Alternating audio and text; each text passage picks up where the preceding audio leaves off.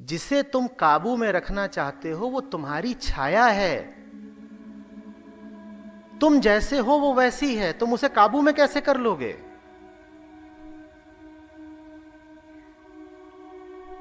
लेकिन मजेदार चीज है, न सिर्फ हम ये सवाल करते हैं कि मन को काबू में कैसे रखें, बाजार में इस सवाल के सैकड़ों जवाब भी बिक रहे हैं और खूब खरीदार हैं, ऐसे काबू में करें, वैसे काबू में करें। ये वैसा ही सवाल है कि जैसे कोई पूछे कि आईने में अपनी प्रतिच्छवि को कैसे बदल दें। अपनी शक्ल को बदलो तो आईने में जो दिख रहा है वो भी बदल जाएगा। मन मैं का मौसम है। मन मैं के इर्द गिर्द की गतिविधि है। मैं जैसा होगा उसके इर्द गिर्द की गतिविधि भी वैसी होगी, उसका नाम मन है।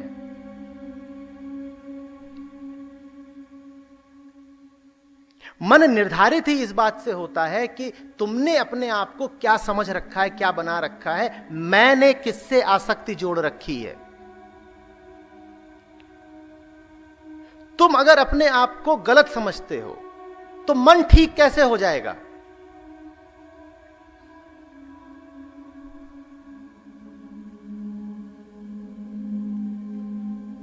तुम अगर जाकर खड़े ही कीचड़ में हो गए हो तो आसपास खुशबू का माहौल कैसे रहेगा?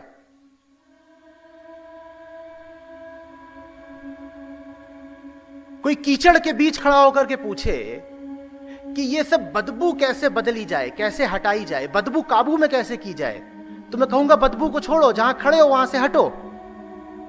तुम जहां खड़े हो बदबू वहां की अनिवार्यता है,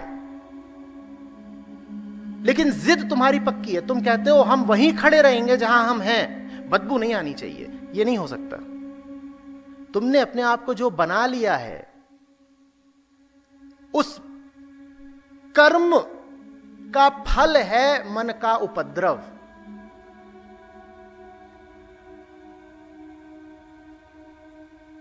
तुम बदल जाओ, मन बदल जाएगा। मन माने क्या? मन से तुम्हारा आशय होता है चेतना।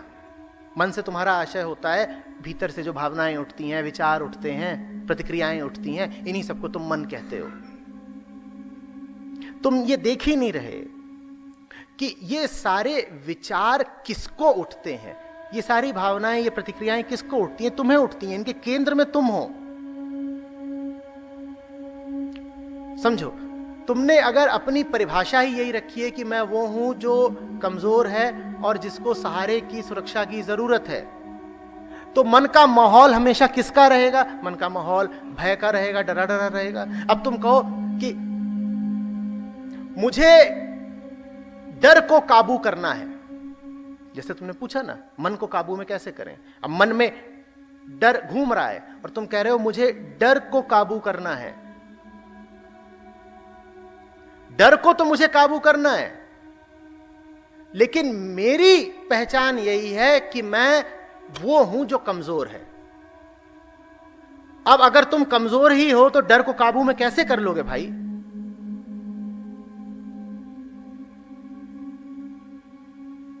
तुम अपने आप को कुछ बना करके जीवन में घूमते हो, रमण करते हो। जो तुमने अपने आप को बना रखा है उसको समझो, गौर से देखो कि क्या बना रखा है।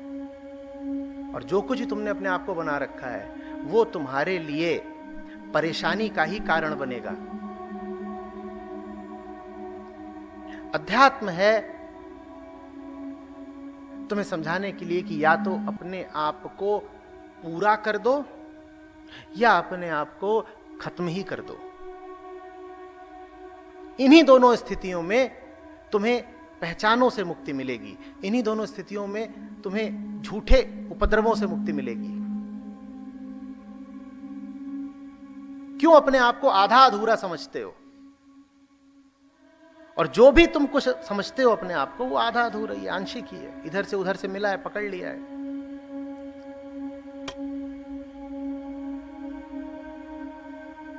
काम तो आसान होना चाहिए कि अपने आप को अब पूरा मानना है। पहले अधूरा मानते थे, अब अपने आप को पूरा माना करेंगे। आसान नहीं है। आसान इसलिए नहीं है क्योंकि अधूरा मानने में मैं बचा रहता है। अपने आप को पूरा मानने में मैं मिटता है, अधूरा मानने में बड़ा स्वार्थ जुड़ा हुआ है। स्वार्थ तो जुड़ा हुआ है, पर अधूरा मानने के साथ तकलीफ भी बहुत जुड़ी हुई है। जब तकलीफ उठती है तो फिर ऐसे सवाल करते हो कि मन को काबू में कैसे लाएं।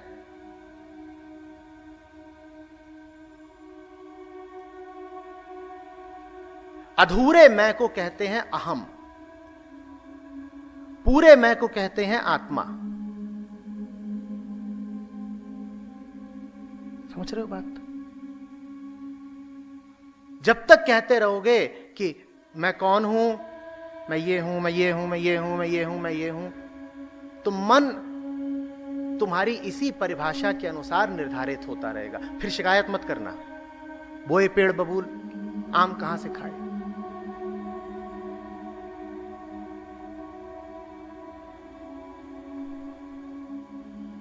इस बोध के साथ जियो कि भीतर भीतर हम बिल्कुल पूरे हैं, हमें कोई जरूरत नहीं। जरूरतें जितनी हैं सब बाहरी हैं।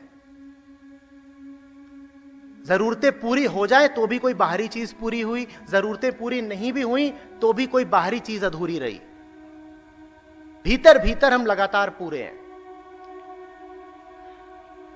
जब पूर्णता में जियोगे तो मन एक सीमा से ज्यादा खराब नहीं होगा।